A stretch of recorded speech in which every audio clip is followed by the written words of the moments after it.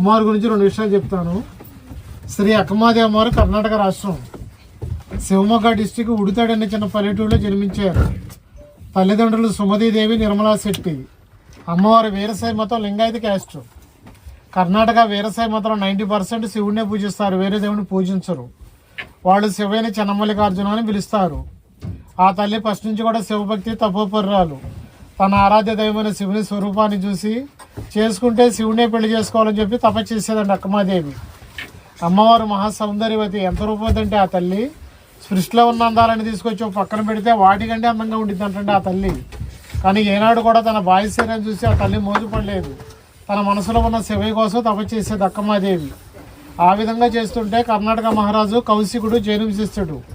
అమ్మవారి యొక్క అందాన్ని, అమ్మవారి యొక్క గుణాన్ని చూసి ఈ అమ్మాయిని పెళ్లి చేసుకుందామని చెప్పి మంత్రి గారి చేత కబురు పంపిస్తారు. కబురు పంపిస్తే అక్కమాదేవి వాళ్ళ తరఫున చాలా బాధపడతారు. ఎందుకంటే తల్లి చేసుకుంటే శివుడినే పెళ్లి చేసుకుంటారు, లేకపోతే లేదు. రాజుగారు ఏం చెప్తాడో మామూలుగా చెప్పి చూడండి. వాళ్ళు ఒప్పుకోని పక్షంలో వాళ్ళ నాన్నగారి జీవితకై చేయమంటాడండి. మహారాజు కదండి. ఈ తల్లి చేసే మార్గం లేక, రాజుగారిని ఎదిరించలేక ఏదో రకంగా ఆయనతో మాట్లాడి పెళ్లి మానిపిద్దాం ఉద్దేశంతో వెళ్ళి కలుస్తారు. కలిసే ముందు ఒక ఒప్పందం చేసుకుంటారు. అయ్యా, నేను కొంతకాలం తపస్సు చేసుకుంటాను, తపస్సు చేసుకుని బయటకు వచ్చిన తర్వాత పెళ్లి చేసుకుందాం, ధ్యానంలో ఉండగా నేను తాకరదు అనేది ఒప్పందం అండి. ఆయన ఏమనుకుంటాడు, రాజీవ్ రసాలు చూసి ఏదో 4 రోజులు 10 రోజులు చేస్తారు, తర్వాత పెళ్లి చేసుకుందని చెప్పి ఆయన అనుకుంటాడు. ఆ తల్లి చిన్న శిబిరాన్ని ఏర్పాటు చేసుకుని చిన్న శివలింగం చేతితో పట్టుకుని ధ్యానంలో కూర్చుండదండి అక్కమాదేవి. రోజులో వారాలు నెల గడిచిపోతే రాజుగారు కోపం వచ్చింది. అరే, అమ్మాయిని పెళ్లి చేసుకుందాం తీసుకొచ్చాను, ఈ అమ్మాయి ధ్యానంలో కూర్చుంది, మొన్న ఆ వయసేం తరిగిపోతుందని చెప్పి తన కాముద్రం ఆపుకోలేక వెళ్ళి అమ్మవారిని ధ్యానంలో ఉండగానే వెళ్ళి కౌగిలించుకోపోతాడండి, ఆలింగనం చేసుకోపోతాడు.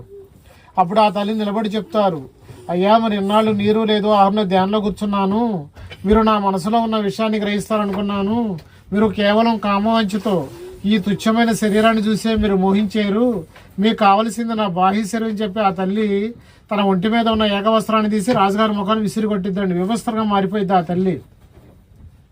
ఎప్పుడైతే ఆ విధంగా చేశారో తన పొడవైన శిరోజాలే ఆటోమేటిక్గా శరీరం మొత్తం కప్పేస్తాయండి. ఆ సమయంలో ఆ తల్లి రాజుగారికి ఎలా కనిపించారంటే వాళ్ళ జన్మశిస్తుల దేవుడు జైన తీర్థంకరుడు దిగంబరంగా కనిపించిందంటండి. అమ్మా, నన్ను క్షమించు, నేను పొరపాటు చేశాను, కామోద్రేకంగా ప్రవర్తించాను, మీరు ఉన్న భక్తిని చూడని చెప్పి సాష్టానమస్కారం చేస్తాడండి. ఆ తల్లిని అక్కడే తపస్సు చేసుకోని చెప్పి చాలా ప్రాధేయపడతాడు. కానీ తల్లి అక్కడ ఉండకుండా అక్కడి నుంచి బయలుదేరి కర్ణాటక రాష్ట్రం కళ్యాణ నగరి అనుభవం వంట ప్రదేశాన్ని బయలుదేరిందండి అక్కమాదేవి. కర్ణాటక వీరశైవ మతంలో మత పెద్దలు అల్లమప్రభు బసవేశ్వరుడు ఆ తల్లి గురుగారు ఉపదేశం కోసం వెళ్ళి కలుస్తారు. వాళ్ళు ప్రతిరోజు సాయంత్రం అనుభవ మంటపంలో శివయ్య గురించి భజనలు, కీర్తనలు చేసుకుంటూ ఉంటారండి. ఆ తల్లి గురుగారు అనుమతి తీసుకుని సభలో ప్రవేశపెడతారు. గురువుగారు అడుగుతారు, అమ్మా, పరిపూర్ణమైన యవ్వనంలో ఉన్నావు, మరి ఇంతమంది ప్రజలు మిమ్మల్ని చూస్తున్నారు కదా, మీకు ఇబ్బంది లేదని చెప్పి గురువుగారు అడిగారు. అప్పుడు ఆ తల్లి చెప్తారు, అయ్యా, నా మనసు శరీరం మొత్తం కూడా శివుడు కనిపించేశాను, ఇంకా ఎవరైతే చూస్తారో చేస్తారో బయలని చెప్పి ఆ తల్లి సమాధానం చెప్పారు.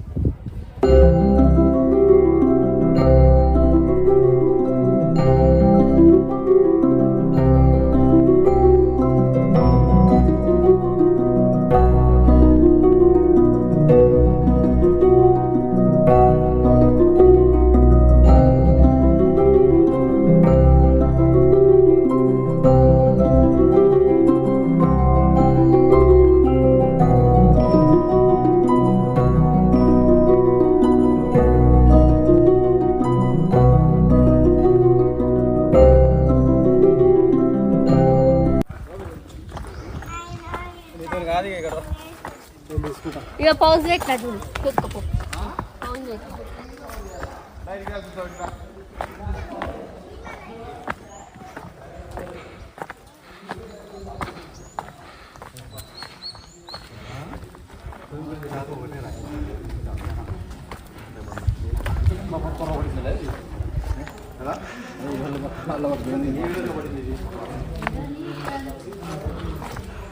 మళ్ళా కింద పడుతుంది.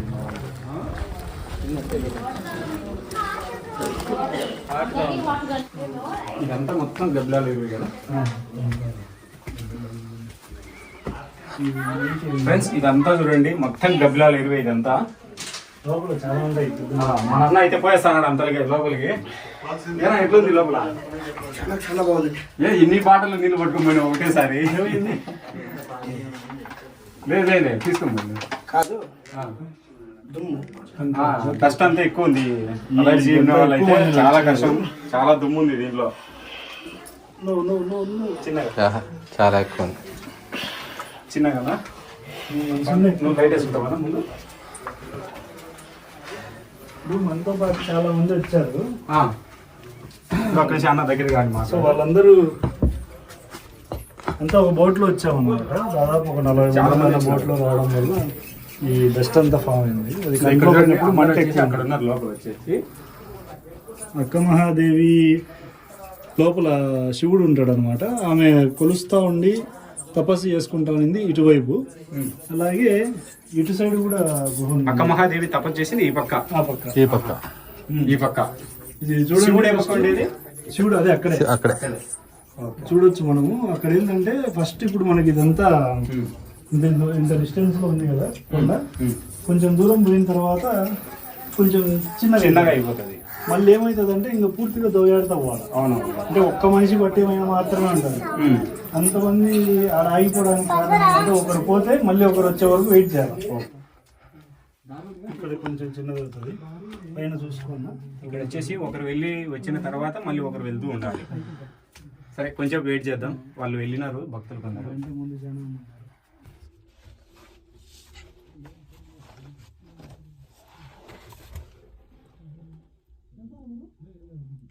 అన్నీ ఉన్నాయి. చాలా ఎక్కువ ఉన్నాయి. ఇప్పుడు ఈ పక్క అంతా ఖాళీ అయింది కాబట్టి ఉత్తరాన్ని చాలా ఉన్నాయి. చూడండి చాలా మంది దీంట్లోకి వచ్చిన వాళ్ళు గబ్బిలాల స్మెల్కే భయపడి వెనక్కిపోతున్నారు. అక్క మహాదేవి అంటే తెలుసు కదా అవునండి. అందరూ చాలా మంది లోపలికి గుహ వచ్చేసి ఇక అమ్మ పిలవడం వల్ల అక్క మహాదేవి అక్క అని పిలవడం వల్ల అక్క మహాదేవి. లోపల ఇట్లా చాలా దూరం ఉంది అంట. లేదు కాకపోతే ఎంత దూరం ఉంది అనేది తెలియదు. ఇది కూడా అక్కడ కనిపిస్తాను అవి కూడా ఏర్లు కనిపిస్తున్నాయి పై నుంచి. డబ్బులన్నీ అట్ట పోతున్నాయంటే లోపల చాలా దారి ఉంది. అవును. అదేదైనా కొద్దిగా ముందుకు రాను. బాటిల్ అది ఆడ లాస్ట్ లో గోడ లే ఆడి వరకు ఎండింగ్ మళ్ళీ సైడ్కి ఉంటుందంట.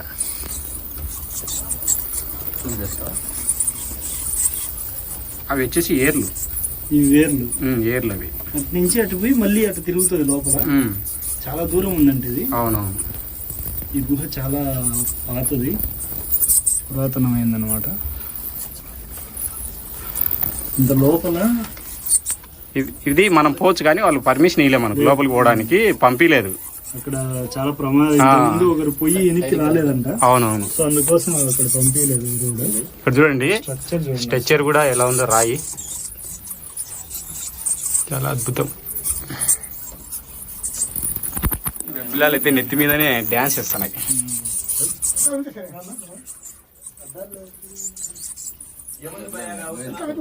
అన్న వచ్చేసి చూద్దామంటున్నాడు ఏముండేది. గబ్బిలాలు ఉన్నాయి.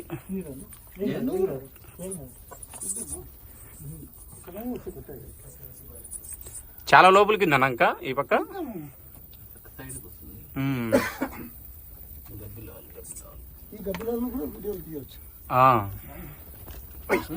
చేతులకి తగిలిపోతాయి గబ్బిలాలు అయితే. లేదు నేను పట్టుకొని తీస్తలేనా. ఏర్లు చూడండి ఎంత పెద్దగా ఉన్నాయో, పైనుంచి వచ్చేసినాయి. చాలా పెద్దవి, బలంగా కూడా ఉన్నాయన్నా. రాయి ఊడిపడేలాగా ఉంది ఇది. రాళ్ళేం తగలే మేము.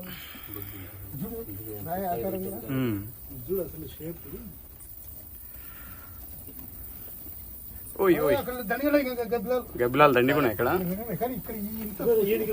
మళ్ళీ దారింది.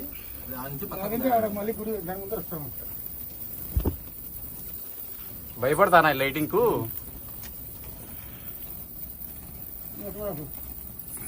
ఎంత ఎరువు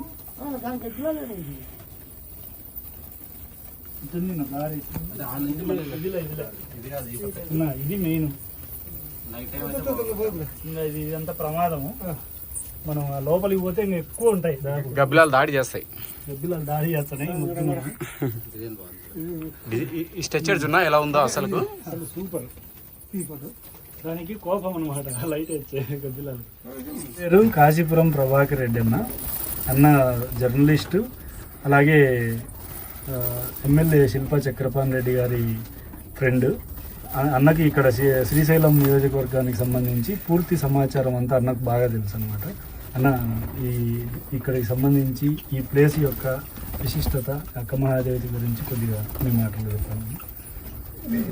అక్క మహాదేవి గుహలోని ఎందుకంటారంటే, కర్ణాటకలోని శివమొగ్గ జిల్లా, ఇప్పుడు జిల్లా అనుకోండి, అప్పుడు తాలూకా, ఆ ప్రాంతంలో ఆమె జన్మించినటువంటి ఒక శివభక్తురాలు.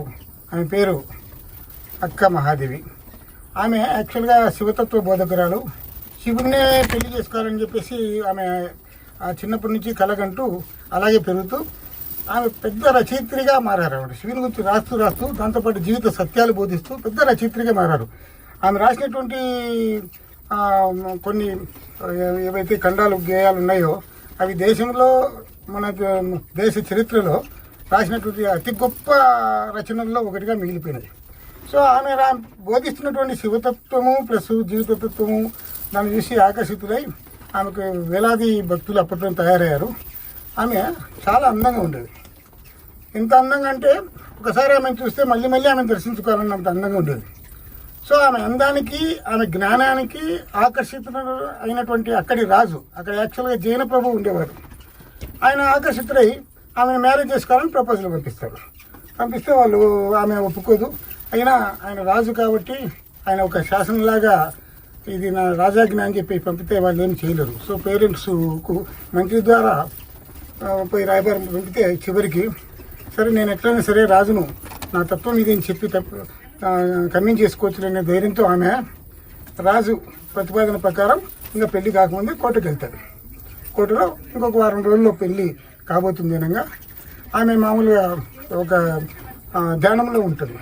ఆమె ఫస్ట్లో రాజుతో చేసుకున్న ఒప్పందం ప్రకారం ఏంటంటే ఆమె ధ్యానంలో ఉన్నప్పుడు కానీ శివతత్వ బోధన చేస్తున్నప్పుడు కానీ పొరపాటున కూడా ఆమె తాకకూడదు. ఇంకా పెళ్లి కాకముందే ఆమెను తాకనికి ఆయన వస్తాడు ఆకర్షితులై, అప్పుడు ధ్యానంలో ఉంటుంది. దీంతో ఆమె కోపతీప్తురాలై మొత్తం ఆమె దివంగతురాలు వస్త్రాలు ఆమె తీసేస్తారు. దిగంబర స్వరూపం ఇది అవుతుంది. జైనులు ఆల్రెడీ తెలుసు, జైనులు సంబంధించి ఆ దిగంబరత్వం అంటే వాళ్ళు చాలా భక్తితో ఇదవుతారు. సో అక్క మహాదేవి ఆమెను చూసి భయం చాలా గొప్ప వ్యక్తి, జైన మహావీరునితో సమానమేమని చెప్పేసి వెంటనే శాస్త్రాంగ నమస్కారం చేసి ఆమెకు భక్తులు అయిపోతారు. ఆమె ఏం చేస్తుందంటే అక్కడి నుంచి, అంటే ఒక్క కథనం అది, ఒక్క కథనం ఏంటంటే అక్కడి నుంచి రాజు ప్రభావానికి లోను కాకుండా తప్పించుకొని వచ్చి అల్లమ్మ ప్రభు అనేటువంటి ఇంకొక సిద్ధ మత ప్రచారకుల దగ్గర, శివతత్వ బోధకుల దగ్గర శిష్యరికం చేసి ఆయన సలహా మేరకు ఆమె శ్రీశైలం మల్లన్నకు నువ్వు శివుని మ్యారేజ్ చేసుకోవాలంటే, శివుని పెళ్లి చేసుకోవాలంటే శ్రీశైలం మల్లన్న దగ్గర ఆ చింతకు పోయి అక్కడ తప్ప చేయము అంటే శివుని వెతుక్కుంటూ వచ్చి ఆమె ప్రజెంట్ ఇప్పుడు మనం వచ్చినటువంటి ఈ గుహల్లో ఆమె ఇక్కడ కూడా చిన్న, అక్కడ మనం మీరు ఇప్పుడు ఇందాక ఇప్పుడు వెళ్ళబోతారు, చిన్న మల్లికార్జున స్వామి అని చెప్పేసి ఆ విగ్రహం ఉంది, చిన్న శివలింగం ఉంది. ఆ శివలింగాన్ని కొలుస్తూ అక్కడే తపస్సు చేసి ఈ చిన్న గుహలో ఆమె ఇక్కడే అంతిమ శ్వాస, ఇక్కడ దగ్గరలో ఉన్నటువంటి కడలి వనంలో అంతిమ శ్వాస వదులుతారు. ఈ లోపల భక్తులంతా కర్ణాటక నుంచి కనిపెట్టి ఆమె ఇక్కడ దిగంబర స్వామిగా ఆమె ఉన్నప్పుడే భక్తులంతా రావడం మొదలై ఆమె టోటల్గా కర్ణాటక అంతా విశిష్టమైనటువంటి ప్రాచుర్యం పొందింది. అట్లా ఆమె ఒక దేవతగా ఇక్కడ కీర్తించబడుతుంది.